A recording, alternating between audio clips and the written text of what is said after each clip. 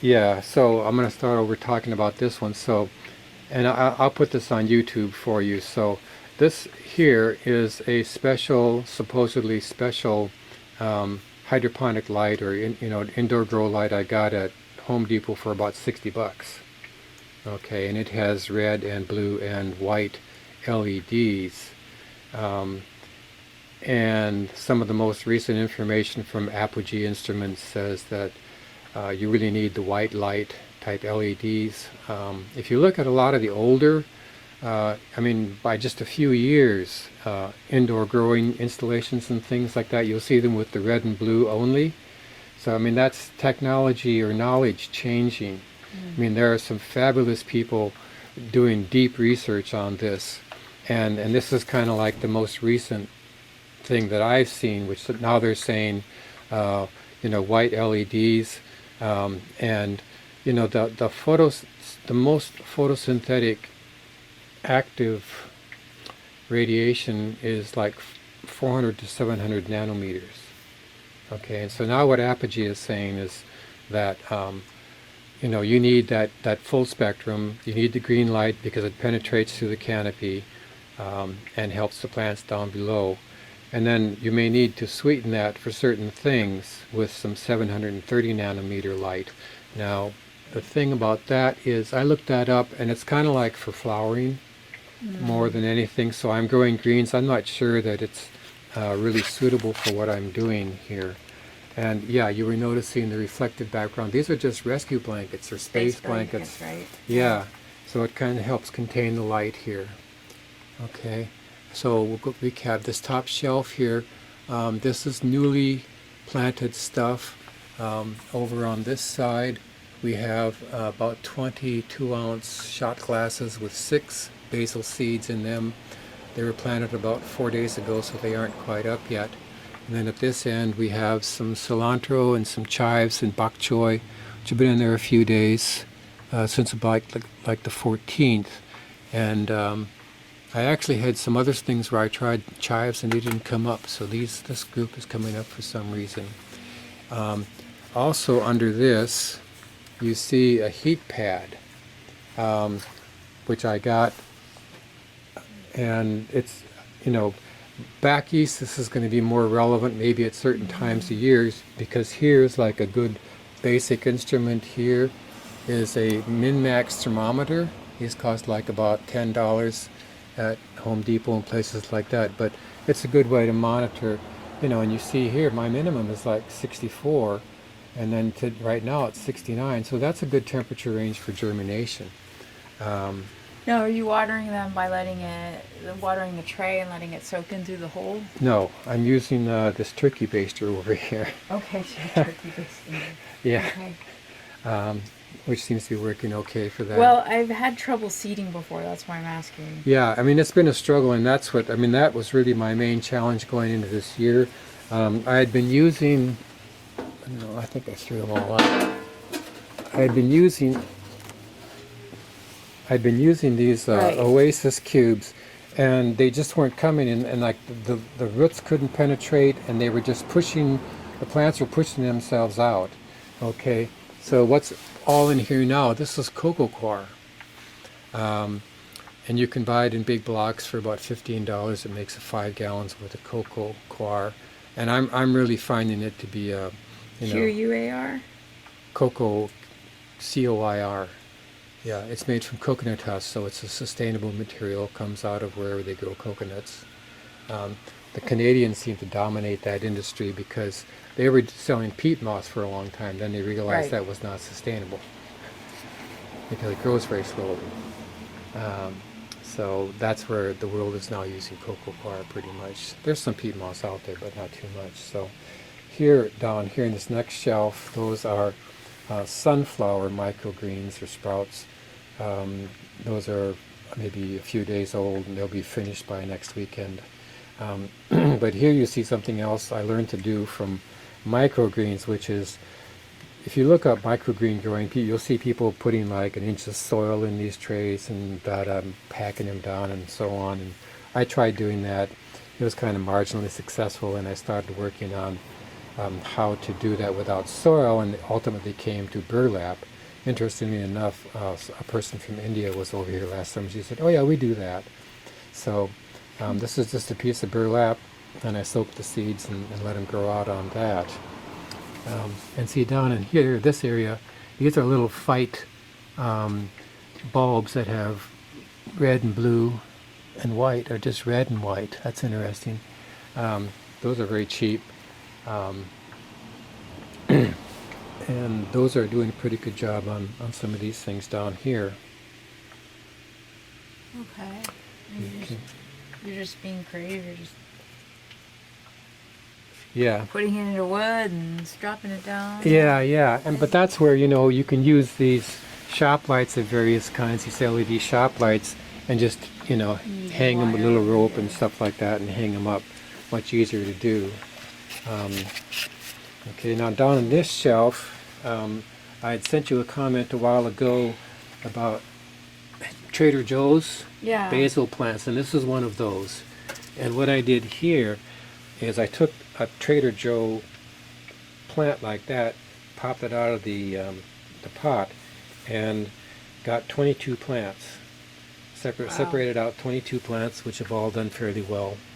And also here you see something that's really important in terms of, and this comes out of, I think I sent you a link to a video called Photosynthetic Efficiency, but that's another Apogee Instruments thing.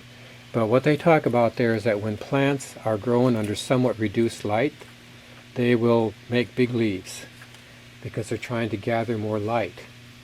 And this gets back to something called, inside the cells there are what they call chloroplasts, do the work. Right. And what they say is that if the plants get too much light, the chloroplasts go into the corner of the cell and hide from the light, basically.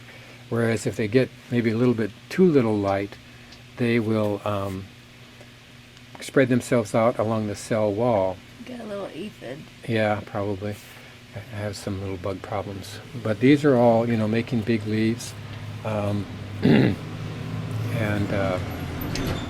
so that's a way of increasing your productivity as well, is to... Now, do you notice a taste change if the leaves get too big on basil? I don't really think so, because the hydroponic solution includes the molybdenum that they need to make the flavor ingredient. It's ergonol or something like this. And so, which is a key to your nutrient solution. And these I will probably take and put into net pots and stuff into my system. These are a little yellow. Yeah, there's some little nutrient deficiencies here and there I haven't totally solved. And that might be from pH or something. Smells good. Yeah, it's very... And if you look, if you can compare this to what you see in grocery stores, this is much, much better. Although I eat Trader Joe's. Yeah, but you will see, Is it sweet pea? These are speckled peas. I get these from True Leaf Gardens. It's one of the few shoots I grow. But I'll take 2/3 of a cup of the peas, soak them overnight, lay them out on burlap, and start growing them. So this is about... Oh, it's just on burlap? Yeah, it's just on burlap. No way. So this is from... Oh, look at that. Yeah, this is from the 5th of February, so how long they've been growing. So these are ready to be harvested. Yeah, I make a good salad. Yep, very tasty. So and then this is the current experiment with growing garlic. I'd tried this before, so I've got some garlic, and those can go into the hydroponic, and we'll see how they do. I did see something from someplace in Asia where the guy had some kind of thing, and he had this tray that was fitting on top of his system, and it was like this, where you have things spaced very closely together. And I'm kind of interested in garlic because of the medicinal properties.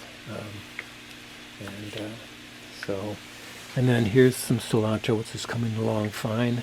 This is Thai basil, which came up very quickly. We have some good Thai basils, some Thai restaurants around here. So, that's where, I think I sent you that list of the most desirable herb crops. So these are all clumps of basil. Now how, with them so tightly together, how do you separate them without damaging them? I won't. Okay. I'll grow them in clumps. Oh, because they're going to look like that. See, that's a clump. And the thing is, with the deep water culture, which you'll see, they don't have to compete for water the way they do if they're in soil. I mean, the reason why people separate plants in the soil is because the plants have to work to get water and nutrients. Whereas in deep water culture, they don't have to compete. And you'll see that, they typically don't need huge amounts of roots. That's a nice root growth there. Nice clean roots. That comes from having the air injected into them. So there's other stuff coming like this, something called the tree collard. These plants will get 8 to 10 feet tall and produce edible leaves. No way. Yeah. So I'm looking forward to seeing that grow up.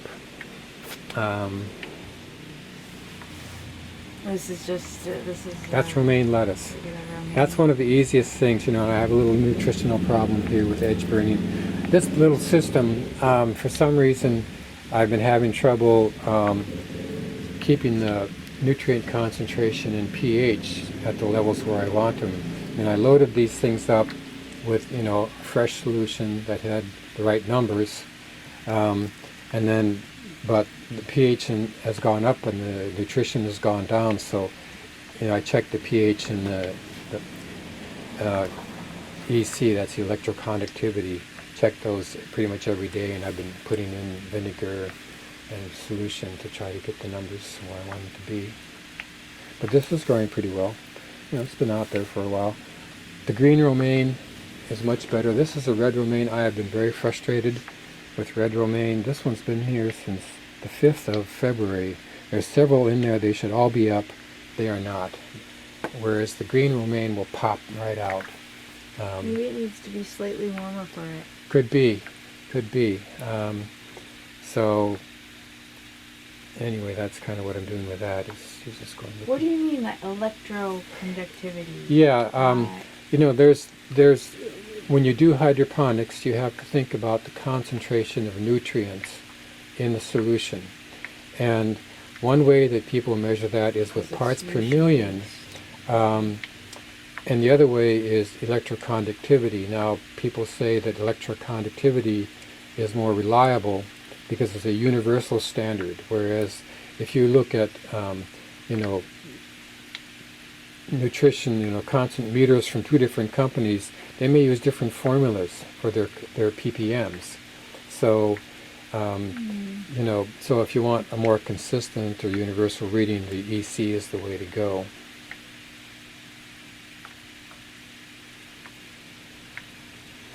And actually over here, these are the really essential instruments that you need. Now this one is from Blue Lab. It cost $85, and it works. But then here's my pH meter, which I got off Amazon for $10, and I'll send you a link. But you can buy a set. These are probably from China. It's both EC and pH meters for like $20, and I would start with those. I've not used the EC meter from this outfit, but I would not at first spend this. I'd get the cheap one first. And you got your secret ingredients up here. Yeah. So I have liquid yucca, huh? Yeah, that's for. I'm taking it as an herb. Yeah, it makes it's a liquefier. It makes the water wetter. I believe that. Yeah. So and you put then a this little for bit in pH? Grapefruit seed extract for bugs, yeah, and that's something that True Leaf recommends on their site. It's about the only thing they talk about for mold, and mold in particular, because the sunflowers here are one of the things that I've found that is really prone to mold. When I soak these seeds, I put them in here and covered them for a day or two, and when I took it off, there was mold growing. And so I spray that stuff on there to keep the mold down. It seems to work pretty well. Huh. Hydroponics, Yeah. PM remover. Yeah, that's for powdery mildew that gets on the plants. I don't know. Okay. It's kind of like, I'm not sure it's working. Not sure it's worth the money, but so yeah. And we'll cover this over time. But right now, my favorite food is this stuff. It's this Flora Grow. It has all the macro and micronutrients in it. Now the only problem I've seen with this is that it's very heavy. The stuff inside is very heavy, and I've had some of these that the nutrients just turned into a big lump inside. So what I do now is that when I open them up and I pour off what's in there, and I keep adding water and stamping it around inside there with my magic wand, stir until I kind of get everything dissolved, and then I basically take this factory package and split it 2 to 1, and then I use this mix as a concentrate to mix up my my nutrient solution. This is like the base mix, but it's very comprehensive as far as macro and micronutrients. It's not going to have all the trace minerals, but that's where I get into things like here's your MaxiCorp liquid seaweed. I use that as one source. That's supposed to have like 70 different minerals. And then I also recently started using something called C90, which is basically just dehydrated seawater. So it still has some sodium chloride, but they say a little bit of sodium chloride doesn't hurt. And then it has all the minerals in seawater. Yeah, I mean, we actually give our cat an IV, not an IV, but a drip a couple times every 3 days that has like 600 milligrams of sodium chloride in 100 milliliters of water. So that's a lot. It makes her pee a lot, but it doesn't kill her. It just has a way of flushing her kidneys. So. Oh yeah, because the cats get the kidney. Yeah. You have a warming mat under this one? Yeah, I got those two. So these right. two? Yeah, Not this one because they're bigger. They're already done. Yeah, and Okay. actually, right now I'm not using it at all because the ambient temperature is enough. I have run those as high as 80 degrees, and I actually wired in a dimmer switch into So you can temperature control it. so I can temperature control it, because then I would just take a thermometer and stick it under there and see what it was and set it. So I mean, I think basil has an ideal germination temperature, and it's probably higher than this, but seems to work okay. And then this is where you mix and That's some of what, yeah, I mean, what this is in particular here is sometimes I just give them water, but I use vinegar to neutralize the water, take it down to about a pH of 6, because water in San Francisco comes out of the tap with a pH of 9, which is too high. Wow. Yeah, and That's interesting. yeah, so you want your plants to be around pH 6 plus or minus, a few tenths. And the reason for that is for uniform absorption of nutrients. If it's too low, you don't get enough macronutrients. If it's too high, you don't get enough trace minerals. So that's where you try to hit your ideal spot there. And you use the hydrogen peroxide for the same When reason? I soak the peas or soak the sunflowers, I use that as a sterilizer. I also put it in the trays sometimes, but I'm maybe not so much, because my last tweak was to go into this stuff here. This is a mycorrhiza, and this is kind of a rising topic in agriculture as well as hydroponics. And basically what they find is that the soil or the solution needs mycorrhiza. Right. Because they dissolve minerals for the plants, and the plants give them sugars in return. So there's that symbiotic relationship. So this stuff has a bunch of funguses and a bunch of bacteria. So that's Do you the good have stuff. it in the trays? Yeah, I make it. I put it in the concentrate. You put it in the solution. Yeah, I mean, because that's why I have this whole long list of things here that when I make that concentrate, I put all those things in there. So I mean, some of them may not make a huge difference, but certainly the trace minerals are very important. and other things are, I'm sure, I think the mycorrhiza are very important, and getting, making out, doing what you can to get the trace minerals in there. Like, for instance, here is a little bit of green sand, which is like a seed deposit of things that have a lot of organics in them. And that's commonly used on gardens and things like this to provide trace minerals. But I put it like, throw some in my systems, and just kind of lays on the bottom, and hopefully the mycorrhiza will digest it and provide it to the plants. So, if I had a lot of money to spend on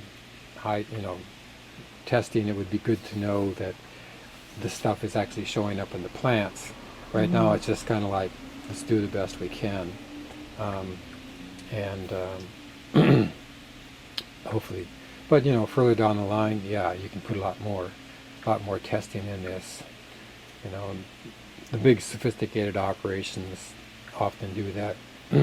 they whatever it is, gas chromatography or whatever it is they use to take a look at the concentration. Like in the hemp industry, they do that routinely for CBD and THC content and things like this. So that kind of science could be applied to this. But I haven't really had that much interest in looking into it. But down the line, yeah. So this is the nursery. Yep. This is actually the mixing bucket. So, when I use that up, I fill it up with 5 gallons of water, and I know how many tablespoons of concentrate need to go in there, how much bleach, how much vinegar needs to go in there. This is your target practice? Yeah. And this is they're ready to go out? Yeah, this is tomato cuttings and things like this, which I've done over the winter. These are getting, some of them are kind of big and some of them aren't flourishing, but some of these, like this plant,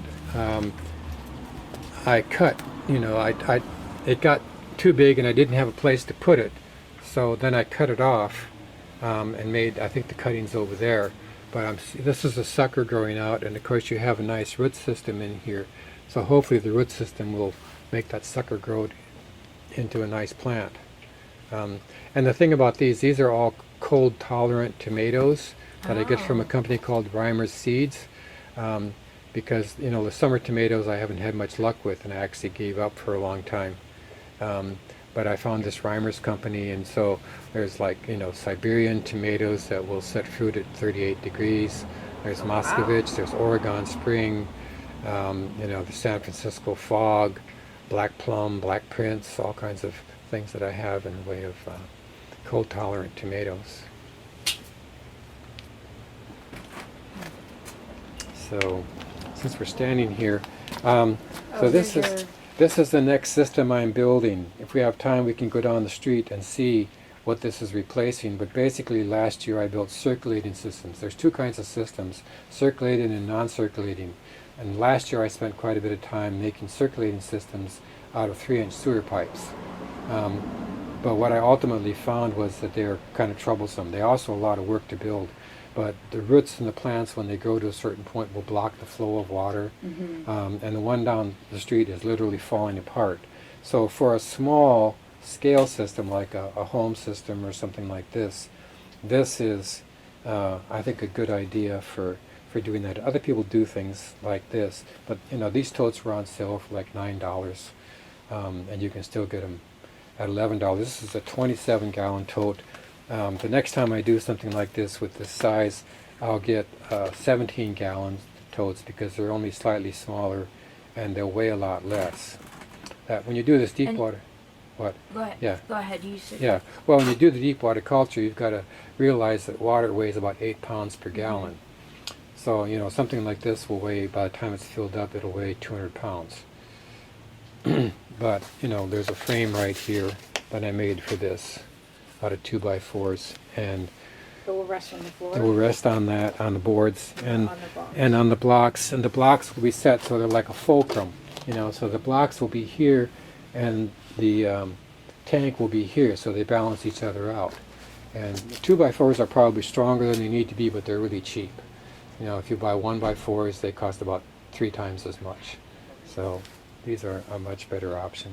And you'll use the foam board or the cups like Nope, you have I'm just over going to there? put the cups right in Put this. the Yeah, cups right in. yeah, and that's one thing nice about this. Now in a larger system, you're going to end up using floats probably, and you'll see that outside. But since these come with the tops, you know, I'm just going to fill them up with solution and stick the pots in there and put in the air feeds, and this is the pump for that. This is a 60-gallon aquarium pump.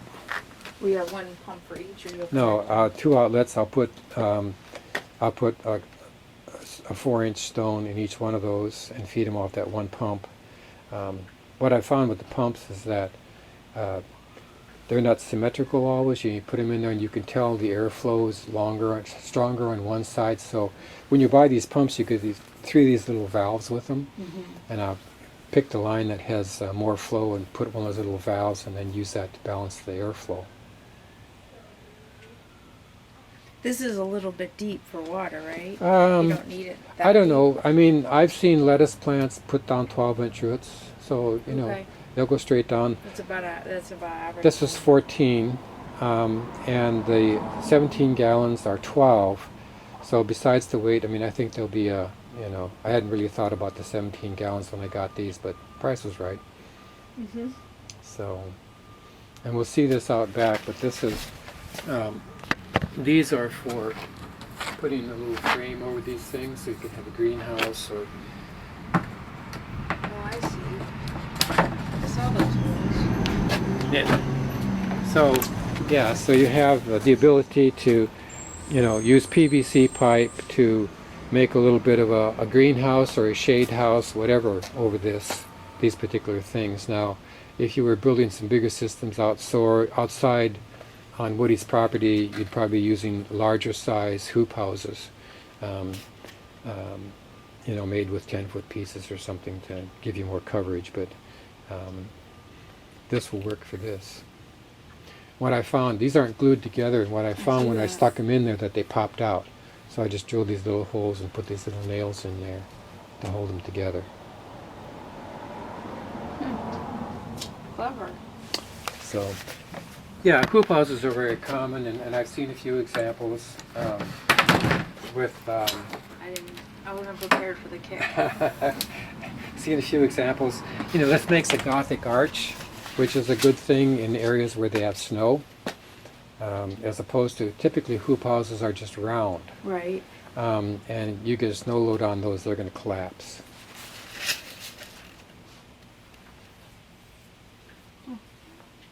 So this is a better thing. So you can see it takes like a feel. You can see you've done it and created a feel for.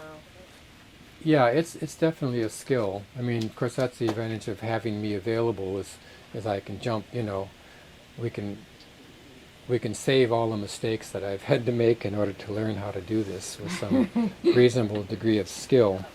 You hope. Well, I mean, you go back a couple of years ago, I was just struggling to get little clumps of things going and failing a lot and so on. And so that, let's say, going back 2 years or so, you know, the goal was to get to a point where I could produce something like this consistently, and I can. Right. So now I'm at a place where I have kind of a miniature factory here that, you know, I'm constantly starting stuff and moving it out into the other systems for use. So that was a challenge back then, and you know, I've got that challenge. And really last year the challenge turned into, given the problems I was seeing with the circulating systems, which are widely used and which are scaled up, what else could I do? And that's where I got into the deep water culture. As a much a simpler to build, easier to maintain, and also very productive. All right. And you stick a little bath